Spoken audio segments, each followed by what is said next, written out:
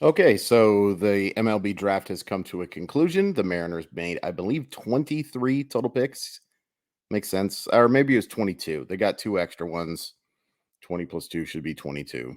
Whatever. They made a lot of picks. And we went over the first four. I liked what they did. I didn't love what they did, but I liked what they did. A lot of upside. I love that Depoto was targeting upside in the early portions of the draft as of late. That's how you get better. It's one thing to say, you can argue, you cannot argue how good the Gilbert and Kirby picks were, but you know you got to start getting some more upside in this system. There are some guys with some upside, like Michael Arroyo, Felton Celestin, Baby Jordan. I hate that nickname, but Lazaro Montes obviously has a ton of upside. But the draft is a great way to acquire these types of targets. I thought they did really well with their first two picks on day two. Let's talk about Teddy McGraw. So Teddy McGraw is a pitcher who shows 3+ pitches, and plus meaning 60 on the 2080 scouting scale. Gets up to 98 on his fastball, has a quality breaking ball, has a quality change. The reason why he fell is pretty obvious. He had Tommy John surgery right out of high school, and then he also just underwent Tommy John surgery again. So he's a two-time Tommy John guy, which is scary. But when you're talking about the 92nd pick, oh yeah, like all due respect to Rhett Lauder, who went doing the math real quick, 85 picks ahead of him, his teammate at Wake Forest. In terms of upside, McGraw beats Lauder. The problem is his floor is substantially below, and it's also worth pointing out this guy walked 5.8 batters per 9 innings when he was with the Demon Deacons. That's bad. He might just be pure relief. But I'd give him a chance to start and then make that move over. Because if he reaches his ceiling, you're talking about a guy who should have gone in maybe based on talent, probably should have been drafted in the top 40 picks at least, maybe higher. Really, really interesting get that late in the draft. Shouldn't be somebody who costs them. And again, I'll just go over quickly. When we're talking about bonuses, we're not talking about the Mariners being cheap or the Mariners not wanting to spend money on these type of players. There are literal rules that suggest how much you can pay your draft class. So, but because the Mariners took guys that are going to cost at least a suggested slot and a couple of guys who could cost a little bit more, it's nice to get a guy like McGraw who's a quality prospect who also shouldn't be somebody that you're talking about spending well over slot to get. In fact, I would guess he's right around slot, maybe even a little bit below. And that's nice because you might have to spend a little bit more to get Aiden Smith, their fourth round pick, guy out of Lovejoy High School. Good old Reverend Lovejoy. I love The Simpsons. Have people watched The Simpsons before? Smith's a really interesting player. He is a quality athlete, a high school bat who has really good feel for the barrel already. He is got a chance probably for a 55 to 60 hit tool. I think some power is going to come. He's 6'3". So I do think that he's going to be a guy who gets a little bit bigger, but is a plus runner. Maybe you see that knocked down to like 55 as he still has to fill out his frame. Could be better if that frame fills out the absolute right way. But we've seen examples, it's usually the other way around. But I do think he has a chance to be a center fielder. Some question marks about the power, but I think that's a really solid get for the fourth round. A guy who I was kind of thinking maybe head into college, but if the Mariners are taking him in the fourth, they are planning on signing this guy. Brock Roden, their fifth round pick out of Wichita State, is really interesting as well. I'm going to try to stop saying really interesting. Everybody's interesting. He's a guy who put up pretty strong power numbers for Wichita State. It's also worth pointing out he was a 10th round pick last year by Oakland, who decided to return to school, bet on himself, and it worked out. He's getting drafted 5 rounds higher. He put up 17 homers as a 5'9" player last year, and he's not exactly a Kirby Puckett build type of guy. But he generates a lot of bat speed, and the ball jumps off of his bat. I think we're talking closer to solid average power more than like plus or anything like that. Probably going to have to play second base at the next level. You're looking more at a utility guy, but hey, if that power can translate over to the next level, that's a really nice get. Probably the most interesting player they took over after Teddy McGraw is probably Brody Hopkins, a pitcher out of Winthrop, who Played mostly center field and put up big time numbers as a center fielder. He transferred from, I just forgot where he transferred from. It doesn't matter. But Hopkins is an elite athlete. And if you just take a look at his stats, you're gonna be like, "What are you talking about, Chris Crawford?" I'll say, "Shut up. You don't get to." No, I'm just kidding. The stats don't tell the story of how talented this kid is. He's extremely athletic. He's probably going to get to triple digits as he fills out his frame. He's already up to 98 miles per hour. Shows a quality slider. There's a lot of work to be done. But if you just make him the reliever right now, it wouldn't shock me if he made the move up. If he was one of those guys who was really quick to the majors, because that stuff's ready to go fairly soon. I'm not going to say right now, but fairly soon. Electric arm, tons of movement on his fastball. It's just a matter of, getting used to being a pitcher full time. And a lot of guys can do it. And a lot of guys can just make that quick transition. Sometimes it takes time. It seems like Hopkins is one it's going to take a little bit of time. But really strong upside for a 6th-round pick. A guy that some people I talked to thought was a top 100 prospect in this draft. So to get him at 187, really nice value. It wouldn't completely shock me if he ended up being the best player in this class for the Seattle Mariners. Part of that because there's a lot of volatility in this group, and I love that, by the way. I love that there's a ton of volatility in this group, because what volatility means is, yeah, a lot of things can go wrong, but it also means a ton of things can go right, right? Like slow and low, that is the tempo. I get it. If you want to just go upside, or if you just want to go high floor guys, okay. But you're going to be at the floor. Taking high ceiling guys is important, and the Mariners grabbed a ton of them in this draft. I love it. Good for you, Dipoto. Good for you, Scott Hunter. We'll talk about it a little bit at the end as well. But this is where I got to start accessing my notes, because I need to. I know about these guys a little bit, but I had to do a little bit of asking, and that's no surprise. Like, once we get past the top 200, any draft expert is relying on help. Ty Cummings, a right-hander out of Campbell. Campbell, Winthrop.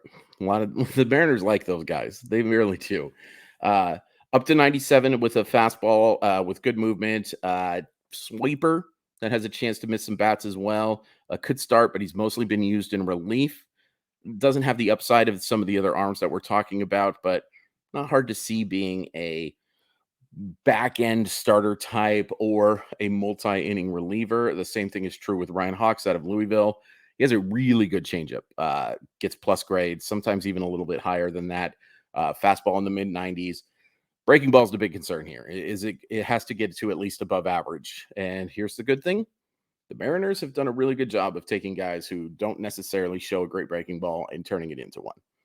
They're kind of the new Mets in that way. So that's a promising thing. He profiles more as the area scout that I talked to suggested him as being more of a multi-inning guy, and my brief look at him watching some videos suggests that's about right. RJ Shrek out of not Shrek. He's not the Swamp Village guy. That'd be a fun player to pick. My stepdad actually looks a lot like Shrek. He leans into it. Love that guy. Shrek spent 4 years at Duke. Had a couple of really big years, and then he spent his last year at Vanderbilt, and he hit 306, 454, 588 with 14 homers. We're talking about pure bat. The offensive, if he was a decent's not nice. If he projected to be like a center fielder, or at least had the chance to be a center fielder, we're talking about a top 100 guy. Easy. Not so much. He's pretty much limited to left field. He's not a great athlete. Could see him even playing some first base, but the bat is really good. Plus hit, maybe, plus power, maybe. It's just if you're limited to left field, you have to max out. Or if you're limited to first base, you have to max out on your offensive upside, which is why a guy like him, offensively suggests top 100, top 150 pick. Falls down quite a bit because, the bat has to play. And I might be being aggressive with plus hit and plus power. Maybe more 55, 50 plus type of thing. Could see him being a quality bench bat. Nothing wrong with that. But uh, there's some risk that comes with it, and that helps explain why a guy who performed really well for one of the better college baseball programs of the last ever falls down a little bit. Jared Sundstrom transferred from JC, and he only spent 1 year with UCSB, really good baseball program. The 1 year was good. He had 322 with 15 homers and 11 steals. He's a good athlete. He's starting to pop into his power, above average speed type of profile. A lot of swing and miss, 45 strikeouts, but in a very limited time, only 21 walks compared to those 45 strikeouts isn't great. Approach is going to have to get a lot better. Profile's kind of more as a fourth or fifth outfielder type. Day 3 is not as interesting, but they did draft some arms that I think that are really interesting. Elijah Dale. He kind of reminds me of Penn Murphy a little bit, but different. Similar in that he's relying on the slider, but his slider is more of the biting type, that hard downward tilt more than the sweeper type. But he relies on that pitch a lot. And the Mariners, again, it's more sweeper with them, but we've certainly seen some guys with the hard biting slider that have had some success. The fastball is not great. It's like 90 to 94 at best. Mariners maybe can tap into something and maybe see if there's some more velocity in that. Profiles is like a nice mid bullpen inning type of guy, and the guy you use in the 6th, 7th, maybe trying to get a couple of righties out at the end of an inning type of thing.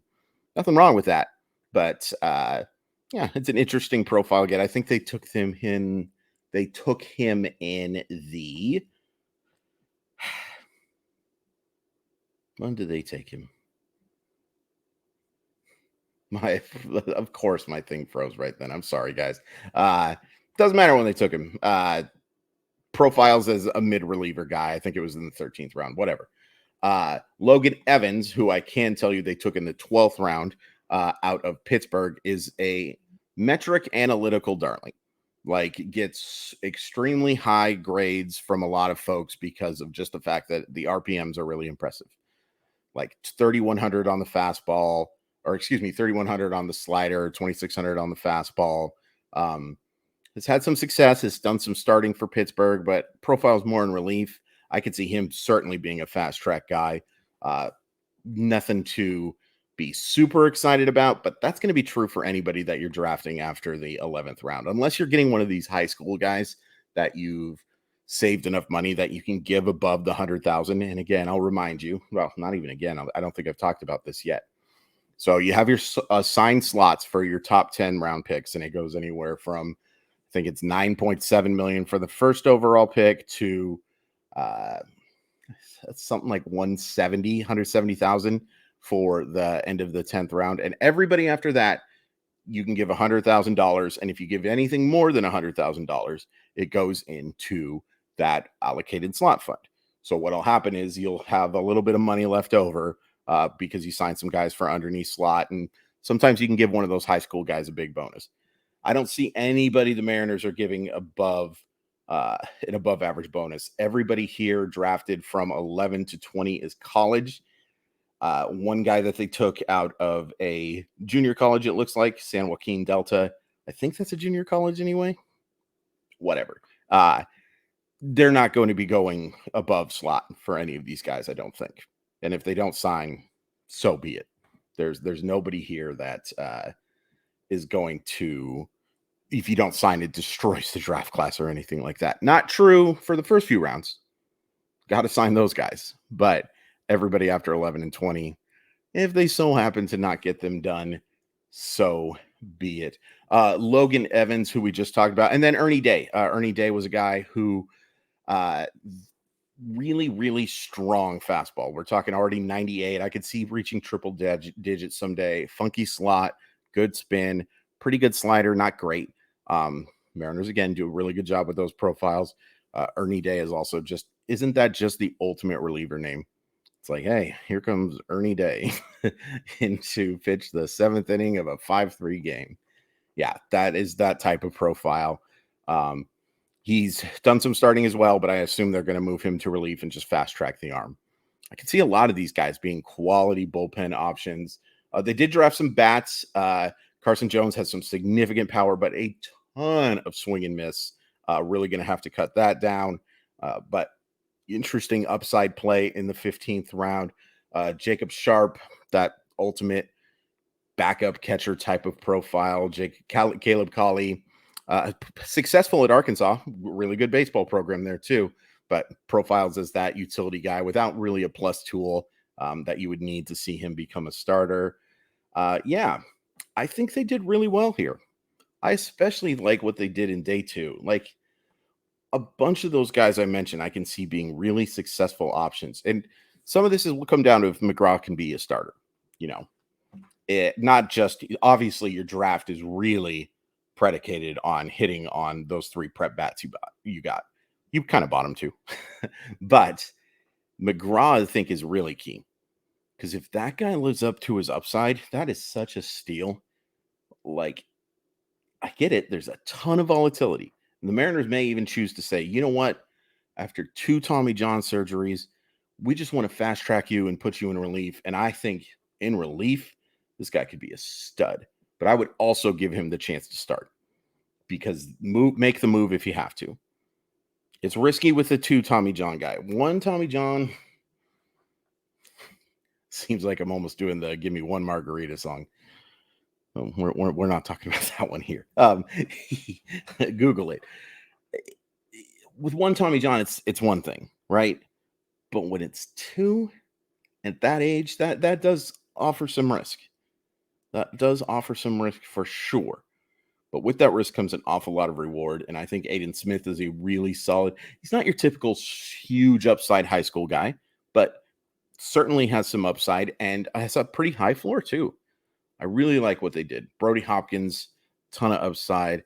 Brock Roden, I can see being a strong utility bat, maybe a lefty killer type of guy. This is good stuff. And if RJ Schreck is a competent left fielder, okay, maybe he's a regular. You can't say that about a lot of 9th round picks, can you? So yeah, I like this, and I really like the direction that Dipoto and Hunter have been going over these last few drafts. Target upside. Trust your scouts in the later rounds to target some floor, but go for those big upside guys. That's the teams that have success in the draft are not the teams that go with high floor guys. They're teams that go with high ceiling guys. And then your player development system has to do better. And here's the best part about being a Seattle Mariner fan right now. And there's a lot of negatives about being a Seattle Mariner fan, always. Your player development system no longer sucks. Is it elite for hitting? No. It's elite for pitching. But it's so much better than what we were talking about in the Jack Sorensic days. So much better. And so much better than the early portion of the Dipoto days. These guys get it. These guys definitely get it. And it's worked out lately. I think Harry Ford's going to be a quality player. I think Cole Young's going to be a quality player. You used Edwin Arroyo to acquire one of the best pitchers in baseball. Success. We have to see what happens with Ford and Young, sure. But you see what upside can bring you. You see what floor can bring you to. Don't get me wrong. I love having Logan Gilbert and George Kirby to watch every 5 days. That's great. That's an awesome thing to have. And that's why when you're picking in the middle of the draft, those guys make a ton of sense. And they've done an outstanding job maximizing their potential. But this team needs upside, and they got a lot of it in the first 3 picks, and they even got some later in this draft as well, both pitching and hitting. What do you guys think? Fun? Happy? Indifferent? Totally fine if you're indifferent. It's the MLB draft. You're not going to see any of these guys for another 3 or 4 years. But I love it. And I think they did really well. Follow me on Twitter at Crawford_MILB. But most importantly, just hit like and subscribe on these. Who cares about Twitter? Good draft. I'd say see you next year, but you're going to see a video from me tomorrow on recapping this first half. Drafts are fun.